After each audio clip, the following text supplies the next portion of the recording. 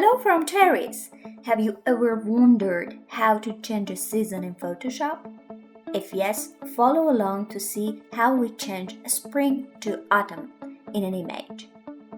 As you can see, we have an image opened in Photoshop. Let's click on the adjustment layer and then select Channel Mixer.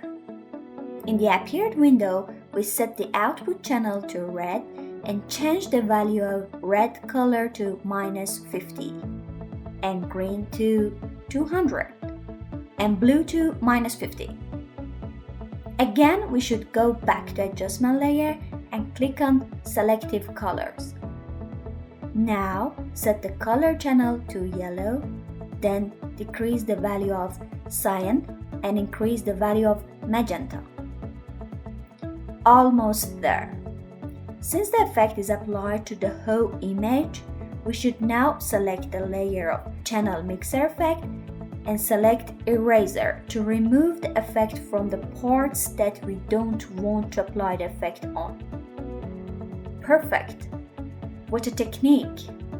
Hope you also like to change the seasons in an image as I do.